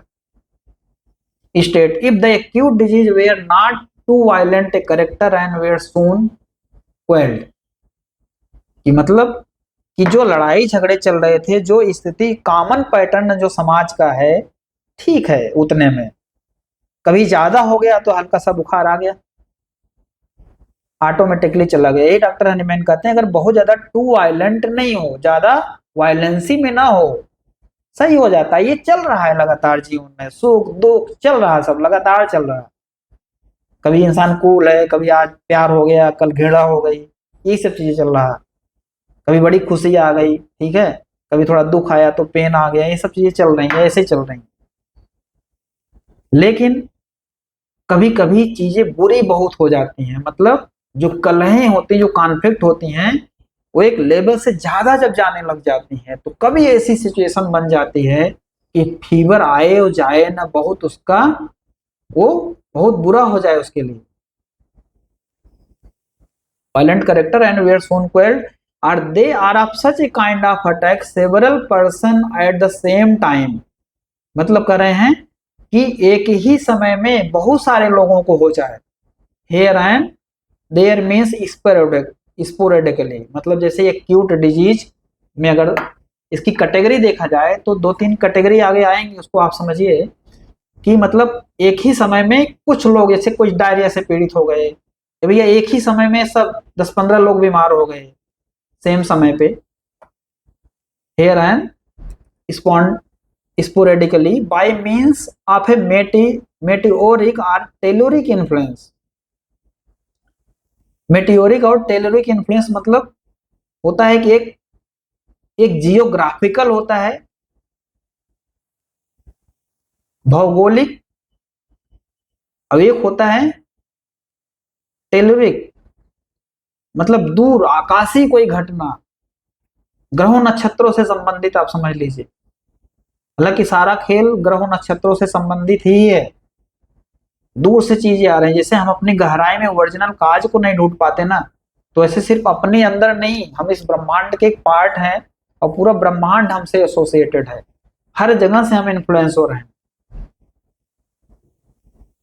अभी कोरोना पीरियड में आप देखे होंगे कि आए दिन कोई न कोई ऊपर से उल्का पिंड कुछ न कुछ आए दिन वैज्ञानिकों द्वारा सुनाई पड़ा, तो पूरे ब्रह्मांड की ऊर्जा कहीं न कहीं डिस्टर्ब हुई थी। लेकिन अगर ब्रह्मांड की ऊर्जा डिस्टर्ब हो रही तो हम अपने आप को अगर संभाल ले जाए उस स्थिति में, तभी तो हमारी महानता है। लेकिन हम उस इन्फ्लुएंस में आ जाते हैं क्योंकि हमारा जीवन कॉमनली वही बीमारी वाला चल रहा है, वही दुखवादी जीवन चल रहा है, तो हम वहां पे परेशान हो जाते हैं, भागते हैं डॉक्टर के पास और भाग भाग के ही सब मरे। जो शायद थोड़ी समझदारी दिखाया, कूल रहा, बचा। तो मेटेरिक और टेलोरिक इन्फ्लुएंस बता रहे हैं डॉक्टर हनीमैन, मतलब एक सिचुएशन डॉक्टर हनीमैन कर रहे हैं जो ऊपर थी, जो सामान्यतः चीजें चल रही हैं, फीवर, ज्यादा प्रिस्क्रिप्शन की भी जरूरत नहीं होती, ज्यादा वायलेंस ही नहीं, ठीक है, सही हो जाएगा, ठीक है। दूसरी सिचुएशन जब ये वाली है कि जब कोई ऐसी पूरे ब्रह्मांड में ऐसी स्थिति, कहते हैं ना कभी देखिए तमाम ऐसी घटनाएं दुनिया में, कहते हैं 11 साल बाद हमेशा जो है सूर्य पे कुछ बड़ी उथल पुथल होती है, जैसे इस समय अभी हो रही है। अभी वैज्ञानिकों के देख रेख में पता चल रहा है कि वहां से कुछ बड़ी बड़ी हीट वेव्स, रेडिएशन हो रही हैं, जिसका प्रभाव पृथ्वी पे आ रहा है, नेट स्लो हो रहा है, तमाम ऐसी घटनाएं घट रही हैं। अभी एरोप्लेन जो क्रैश हुआ, इसका भी कनेक्शन उसी से लोग ज्योतिष में तमाम चीजों से कोरिलेट करने की कोशिश कर रहे हैं, बताने की कोशिश कर रहे हैं। तो कई बार ओवरऑल हर समय की जब ऐसी ऊर्जा इन्फ्लुएंस होती है तो उसकी वजह से प्रॉब्लम्स आती हैं, ऐसी बीमारियां आती हैं जो कई लोग प्रभावित होते हैं। The susceptibility of our being, देखिए सबसे बड़ी बात आ गई कि द ससेप्टेबिलिटी फॉर बीइंग,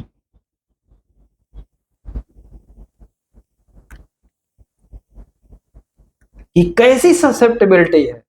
जब कोई घटना दुनिया में घटी, कोई ऐसा प्रभाव आया, तो हम उसको कैसे लिए, कितनी हमारी समझदारी थी, कितना हम उसके प्रति सेंसिटिव थे, तो बीइंग के ऊपर डिपेंड करता है। Morbidly affected by which possessed by the only few person at one time, कई बार होता है कुछ ही लोग होते हैं, ठीक है, थोड़ा सा ज्यादा प्रभाव नहीं आया, लोग संभल गए। Allied to those or those disease in which many person are attack, कई बार ऐसा होता है बहुत सारे पर्सन अटैक हो जाते हैं विद वेरी सिमिलर सफरिंग, एक सिमिलर सफरिंग के समय। सबसे ज्यादा अनुभव भी कोरोना ने दिया। From the same causes epidemically these disease generally become infectious contagious which they prevail among thickly congregated masses of human being, thence arise fever। 71 footnote जो है, अगर इसको आप पढ़ेंगे तो डॉक्टर हनीमैन बोलते हैं कि यहाँ पे जब इतनी भयावह स्थिति आ गई पूरी दुनिया में, एनर्जी का इतना बड़ा इम्बैलेंस हुआ, तो बहुत सारे लोग प्रभावित हो गए। तो कई बार घटनाएं पृथ्वी पे जबकि हो चुकी हैं, the homeopathic physicians who does not entertain the, अब जब ऐसी घटना होती है ना पूरी दुनिया में, तो इसी समय सोचिए मेडिकल माफिया, पूरी जो भी ह्यूमन बीइंग को नहीं समझ रहे हैं, जो भी अपने आप को मेडिकल साइंस से संबंधित कहते हैं, फिर उसी में सोच लीजिए कि कहते हैं कि जब भयावह स्थिति दुनिया में आती है तो ठीक है, चीजें गुजर जाएंगी अगर इंसान थोड़ा शांत रहे, लेकिन जब उसमें आप गलत एंट्री मार जाते हैं चीजों को, उसको अच्छा करने के लिए, जल्दी अच्छे होने के लिए, तब वो सबसे खतरनाक स्थिति बन जाती है। कहते नहीं कि एक मौके की तलाश में जब कोई रहता है कि बस उसी में सारी एलोपैथिक दवाई जितनी भी होती हैं सब सब उसमें खपने लग जाती हैं, सब सारी चीजें। कितनी सोचिए, पहले वेब में इतने लोग नहीं मरे, दूसरे में आप सोचिए अगर पहले इतनी वो नई चीजें थी पहली बार में, दूसरी बार में इतना ज्यादा कैसे हो गया। उसमें सबसे ज्यादा डेथ जिनकी हो रही थी, सोचिए कि सबसे ज्यादा डेथ जो हो रही थी वो ऑलरेडी जो एलोपैथिक दवाइयों पे थे, क्योंकि बॉडी नहीं सह पाई फिर दोबारा। ये धीरे धीरे लोगों को पता चल गया, कोई नई बात नहीं है। अनुभव से इंसान गुजरता है ना, तो इंसान के पास वो चेतना है। ये पूरी पृथ्वी से बीमारी नहीं है, यहाँ पे चेतना भी ऊपर वाला हमें दिया है, हर चीज की समझ आ जाती धीरे धीरे, बस घटनाएं ऊपर घटे, बस हर चीजें एक्सपोज होती हैं।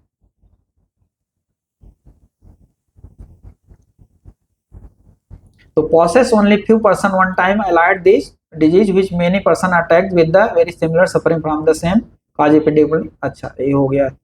These arise since fever 71। Footnote में लिखा doctor Hahnemann, the homeopathy physician who does not entertain the foregin conclusion devised by the ordinary school। अब सोचिए कितनी बड़ी बात यहाँ पे बोल रहे हैं, जो होम्योपैथी फिजिशियन होता है, जो ये घटना घटी यहाँ पे, उसको ये इंटरटेन नहीं करता है, तो कोई इतना जल्दी कंक्लूजन पे नहीं आ जाता कि अच्छा ये एक वायरस है जिसकी वजह से सारी परेशानी हो रही है।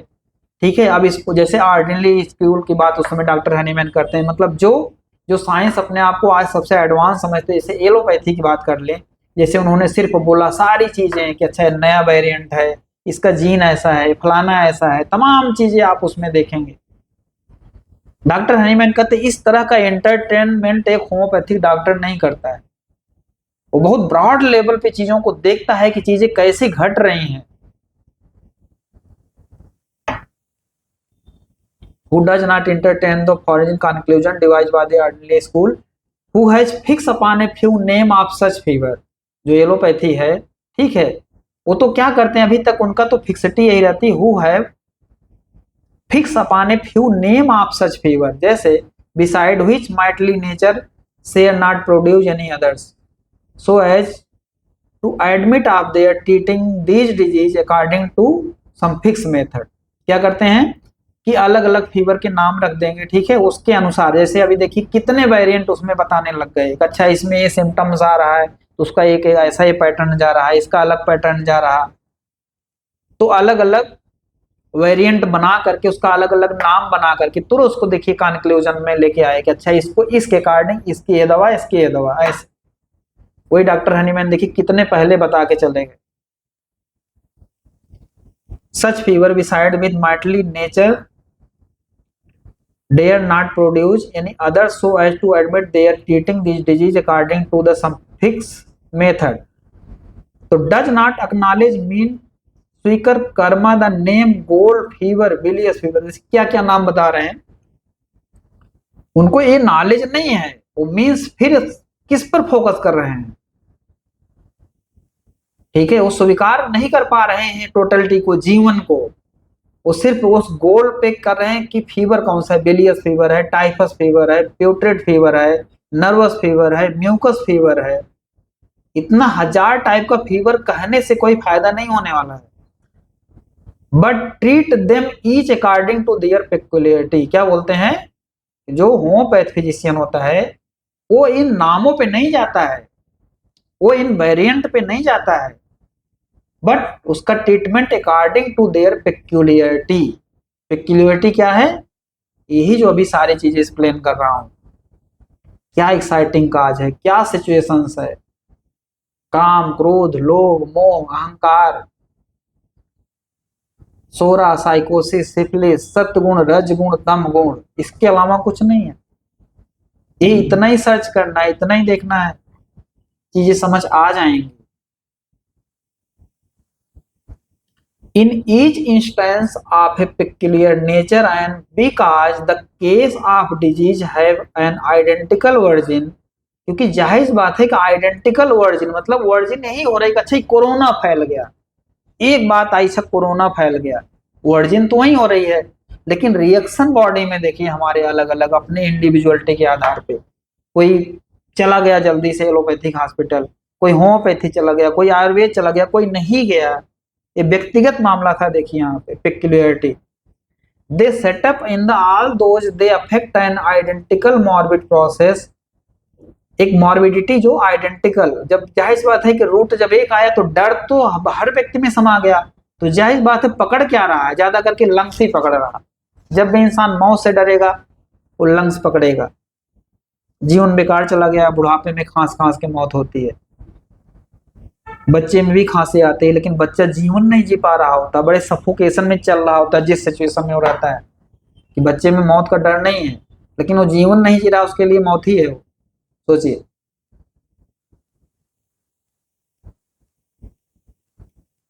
which when left to itself terminate in a moderate period of time a death or recovery।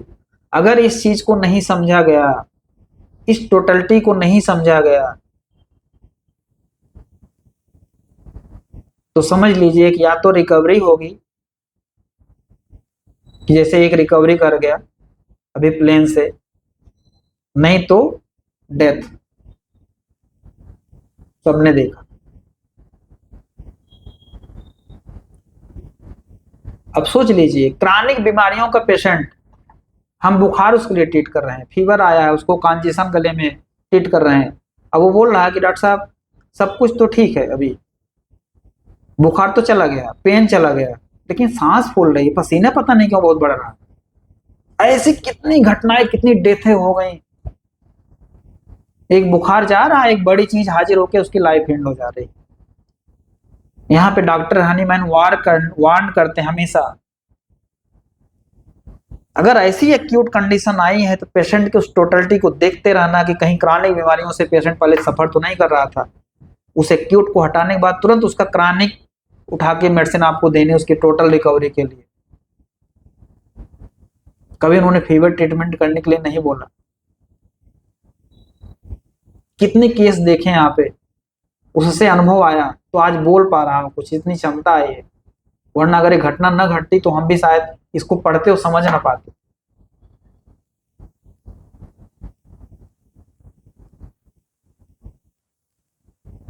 Death और recovery, the calamity of war, inundation and famine are not infrequently their exciting cause and producers sometimes they are peculiar acute मियाज।